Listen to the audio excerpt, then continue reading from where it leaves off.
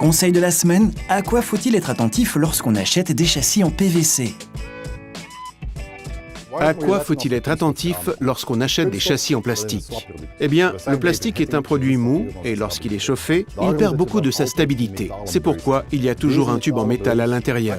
Celui-ci lui apporte la stabilité nécessaire. Plus précisément, ce sont les angles du tube qui assureront la solidité. Bien sûr, l'épaisseur du tube joue également un rôle. Chez nous, le tube a toujours une épaisseur de 2 mm et 4 angles. Le deuxième aspect important est l'étanchéité. Ces joints, chez nous il y en a toujours 2, sont en caoutchouc, en EPDM. Celui-ci durera 20 à 30 ans sans perdre sa flexibilité.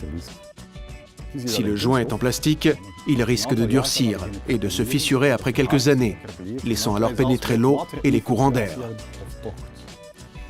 Troisièmement, il faut qu'il y ait suffisamment de galets de verrouillage et qu'il s'agisse de galets à tête de champignon qui sont dotés d'un chapeau et qui se fixent dans la gâche.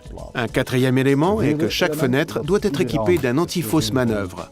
Ainsi, vous ne pourrez jamais utiliser la fonction oscillation battante de la fenêtre de manière erronée et risquer de vous retrouver avec la fenêtre entièrement déboîtée. La dernière chose très importante est la qualité des angles en onglet. Elle détermine en grande partie la résistance et la stabilité d'un châssis. En usine, les onglets sont réalisés en assemblant 2 profilés pour fabriquer la fenêtre.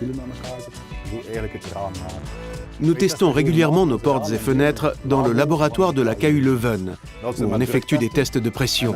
Sur base de ces tests, nous évaluons différents fabricants. C'est ainsi que nous avons déjà rejeté plusieurs fabricants belges, même des grands noms, parce que leurs fenêtres ne répondent pas à nos normes.